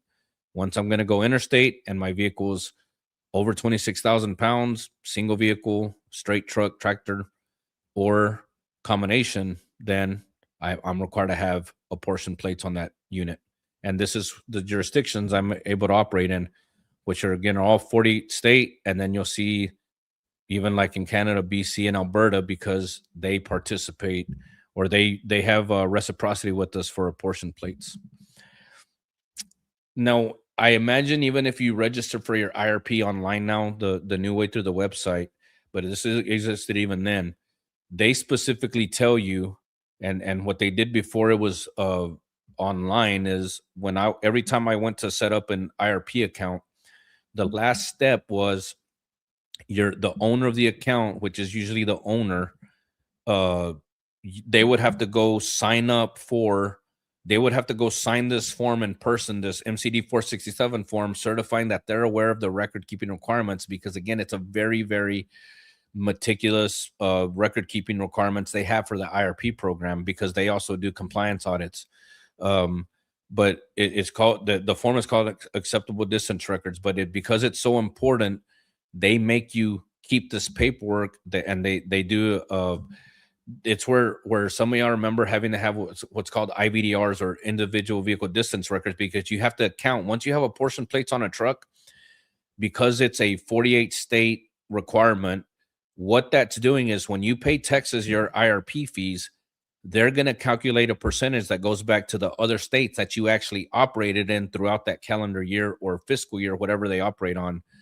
And so therefore, every time one of your trucks makes a trip in Texas or outside of Texas, you have to log that trip, which was a real pain when I started on your side back in 2012, when there was GPSs weren't as prevalent as they are now, because most of y'all these days either use just your EOD equipped with a GPS or whatever that tracks this for you, or just a straight GPS system, but you have to account. So every vehicle in your fleet that you account for, you have to make sure you're maintaining the same records for every truck that would be required it, because it's an apportionable vehicle. That's why, like, I've seen some, even like I forget what company it is, but they operate little Chevy, like the little two Chevy axle, the Chevy Colorados, and their little Colorados have apportion plates on them, which as a like someone who managed a fleet or whatever, I look at that and I'm like, man, that sucks, because even for that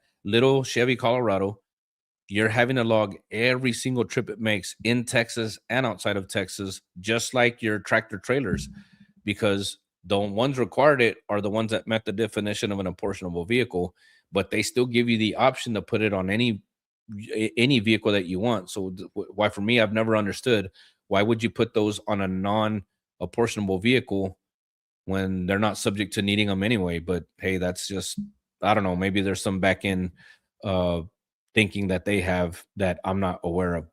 Um but that's why they would make the owner go sign for this form, and I'm sure it's the same way they do it online now. Somebody has to account that you understand the record keeping requirements, because they do compliance audits every year. So that's what they kind of looked like, was just these mileage summaries, or distance records, but you had to account for every single trip that you made in Texas and outside of Texas. All right, the last thing I'm going to cover, and some of y'all might have seen when I posted this video not too long ago about Maine trailer plates, and I still have no idea how this became, probably, I think if I look back at the analytics, the most viral video I had, um, just talking about a Maine license plate. But I'm gonna kind of just recover that with y'all, because again, I cover this with my students in manager training. Is the idea of why do you see so many? Well, when you finally research it and see why, it's because in Maine has a very low rate for a longer period of time, which as a fleet manager makes it my life a lot easier. But the caveat to all this is that Maine doesn't require in-state residency, like a lot of states do. Like for us here in Texas, if you're gonna register a truck or a trailer or even a car here in Texas, you have to be a resident of our state. In Maine, they don't require in-state residency. Therefore, anybody in the entire country can register their semi-trailers in Maine. Now, if you want to do it, there's a couple websites, but the one I'm going to show you, the one I'm showing you here is actually the cheaper one, trailerregistrationservices.com. And actually, they don't even do it through their actual government. It's third-party websites that are approved by the government for the state of Maine.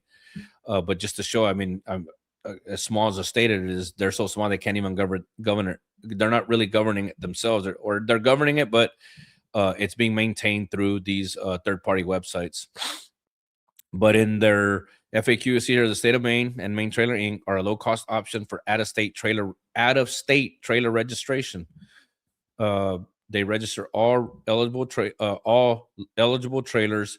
And if you're an interstate carrier, you don't pay any sales tax, which is another reason a lot of people will register their semi-trailers in Maine.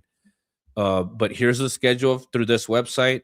And for me, again, as the former fleet manager on y'all's side, when I can register a trailer for 12 years at $184, that is such a convenience, because once I have that plate for that long amount of time, I don't have to worry about that plate for the next 12 years, which again, for me is such a convenience, especially if you're a larger fleet. Now, you don't have to do it for those 12 years. You can do it for any one of those time periods. But the reason that this is allowed, again, is because Maine doesn't require you to be an in-state resident. Some of the comments I've seen on that video is like people that are chiming in from other states saying, well, in Indiana, they let you do a lifetime, or in Michigan. I don't remember some of these comments. But what I would imagine, though, is that those states are just like us here in Texas, that don't allow you to register a vehicle unless you're a resident of the state. But the reason you see so many Maine trailers is because Maine may be the only state that doesn't require in-state residency. And that's the reason that I believe you see so many of these, because no matter what company where the company is based in here in the US, they're going to register all their trailers through Maine, because it's twofold. One, they give you a longer period of time, and they don't require in-state residency. Now, for the other reason I've told people here in Texas is once you have, because again, it didn't say that you have to be an interstate carrier. It just said that if you're an interstate carrier, you don't pay sales tax. That didn't mean that if you're intrastate based here in Texas that you can't register your semi-trailers. You still can. You'll just pay sales tax. But the other thing that benefits us here in Texas is, for any of you that are based here, you know that if you have a Texas trailer plate, you have to take your semi-trailer to a Texas inspection station to get inspected. Once you don't have a Texas plate on a semi-trailer here, then you can do federal inspection, or you can do a self-inspection at that point. So it saves you some money. So you save money by registering your trailer for a longer period of time, which is cheaper than us here in Texas. And two, you'll always save money on the inspection, because now you don't have to go to a Texas inspection station and pay those $40 every year to get it re-inspected. You can just either do it in-house, or you can take it to someone or a truck stop that may be cheaper than those $40, but you're just not required to get the Texas one anymore. All right. So here are my social media links. If you guys want to follow my other pages, if you don't already follow them. And then let me get out of this, because I want to come back, and I wanted to show you a couple things. Let's see. So here's the DMV website. You'd go to motor carriers if you want to read info on the TXDMV number. You click on that, and then there's the two links. Like, here's the e-link site where I would register for my TXDMV number. And if you're already registered, you do your MCCS. I saw an email where they're about to renew or reorganize the system. And then down here, you can see the actual payment fee, the fees, requirements, or whatever. Here's where I showed you, by the way, like, we saw that federally to get MC authority, I needed to have at least $750,000 as an interstate carrier. You'll see here in Texas, we only do 500,000. So again, you get some leniency when you stay in your own state. FMCSA's homepage. If I wanted to get my USDOT number, here's right there under registration. Apply for a new USDOT number, and then that's where it takes you to the URS. And again, you'd have to have your login, and you'd have to log in to be able to get into the system. Here's the IRS. Like if you typed in IRS, and I'm gonna even show y'all. Like if you type IRS here, like I type heavy vehicle use tax, you'll see these third parties pop up where you know that they're not government because you see .com. You go to the actual .gov, which is the government system, and you see here like they'll talk to you about it when it's required or whatever, and then there's your e-file form. You come here, you have to have an EIN to do this, by the way, and then you'll see here in step 2, choose a 2290 e-file provider, and here's still for 2025 because again it'll run through it's July 1st to June 30th, and then here's the third-party websites where you can pay. And again, once you choose any one of them, they're going to charge you a small service fee in addition to the $550 if you're registered over 75,000 pounds. But again, that depends on how much weight you're registering for. And then they'll just have you create an account, and then you'll just pay through them. But those are the only ones that are approved. That's why I get them straight from the IRS website, because some of those third parties, I mean, they may or may not be approved because again, the system just knows it's being paid through some type of form. But these are the only ones that are actually approved by the IRS because they're on the actual website. Here's the UCR. Again, this takes you just minutes to do, and like let me just guess. I'm just gonna guess a number here and see if it works.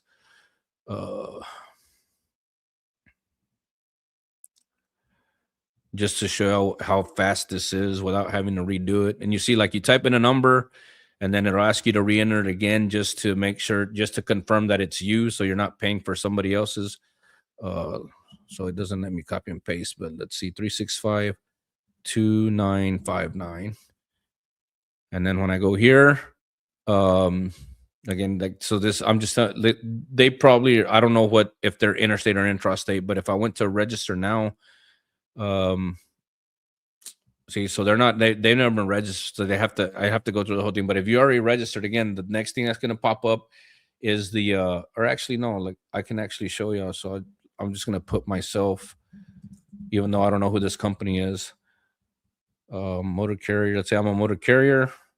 Oh, there they are, option A and B. So option A, autofills from your MCS 150. Option B lets you manually put them in. And let's see, if I was to put in 2 trucks, I'm going to go with option B and put 2 trucks instead.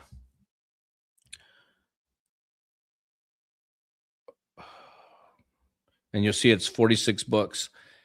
But if y'all went and try to pay, and then there it is. So again, it literally takes y'all less than 3 minutes, especially if it already self-populated the number of trucks you actually have. But if you do this through a third party, you're going to end up paying like $350. And then if you fall for that, here's the credential you need, you're going to pay another $45 for each truck.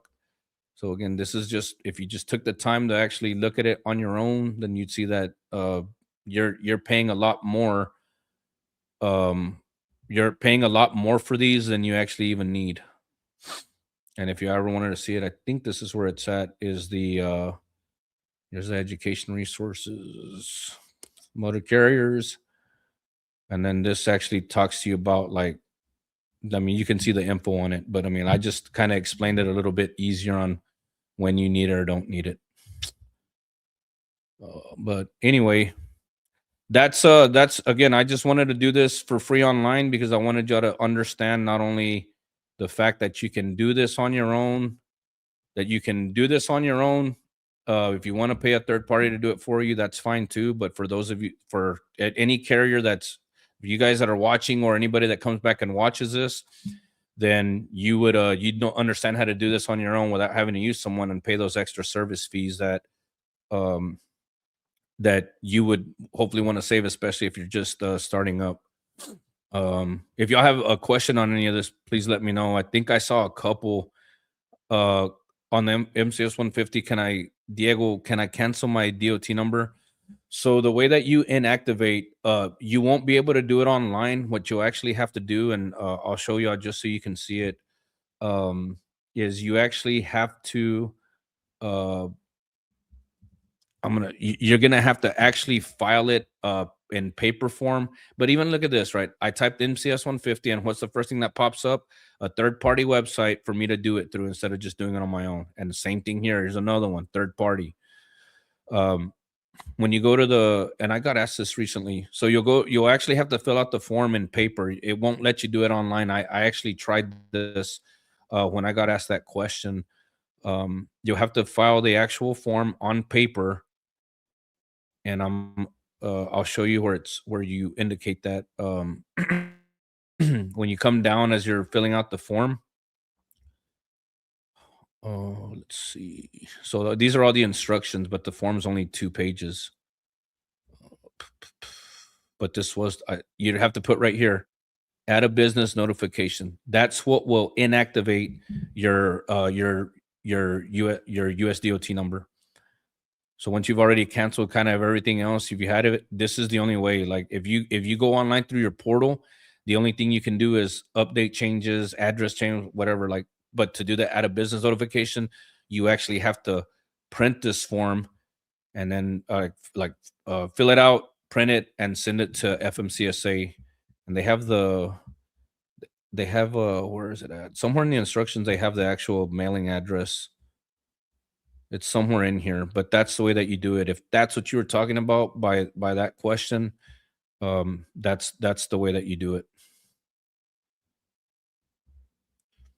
Yeah, so you can't do it online. You have to do it on paper. No, it doesn't have to be notarized. It's just yeah, no, that'd be a state document. That wouldn't be not federal. So you just fill it out, print it, send it to FMCSA, and then obviously I would think they send you some kind of m- like like a confirmation that they received it. I don't know.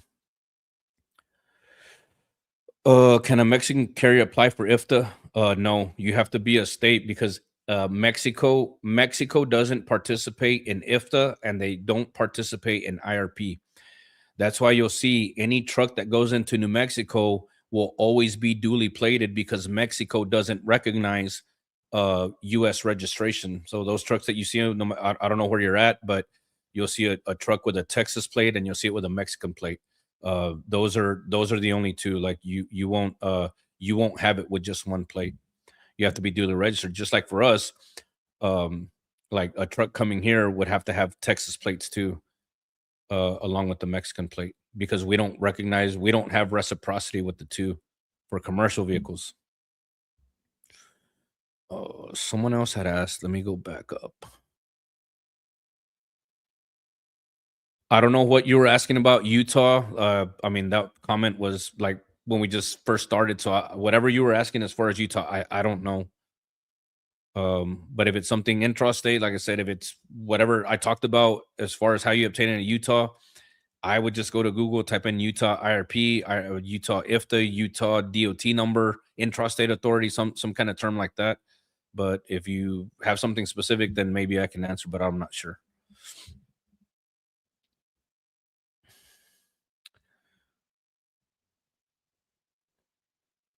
Submit your paperwork and have wait 2 to 3 days for a response. Manny, my man, that's for the new text fleet. Then I'm guessing what you're talking about there. I don't know. I didn't think it was that. Everybody else that I've talked to says it's a lot harder that it's a lot more difficult to go through that process. But anyway, I'll take a couple more now. This is just on this again. The if you guys found this useful, like the what I recommend the most, if come sit in class with me one time for 2.5, 3 days, and I'll teach you this in detail so that you understand it and are not being screwed over by some of these third parties. But again, like this is just a small portion of what you need to know as a safety manager, DOT manager, or somebody that maintains compliance for a company, this is just one aspect of it. There's a lot more to this that that's required on y'all's company's part. But um, if nothing else, thank you guys so much for watching. Make sure to subscribe to the channel. Um, Sometime near future, I'll try to do more of these, but even some lives where I just answer like kind of just some general DOT questions. But um, if you have any friends or family that are gonna start up their trucking company in 2026, or even if they just want to know for sure if whatever they've been told by someone else that they need to have, that they don't actually need, and now they're gonna save some money, like please recommend this live to them. This will stay the live will stay posted on my channel. So if any, for those of you that wanted to come back and watch it afterwards, or you guys want to watch it again, you have the presentation, you come back, take notes. But other than that, thank y'all, and I hope to see you on class if I haven't seen you already. So thank y'all very much for watching, and I'll see you on next time.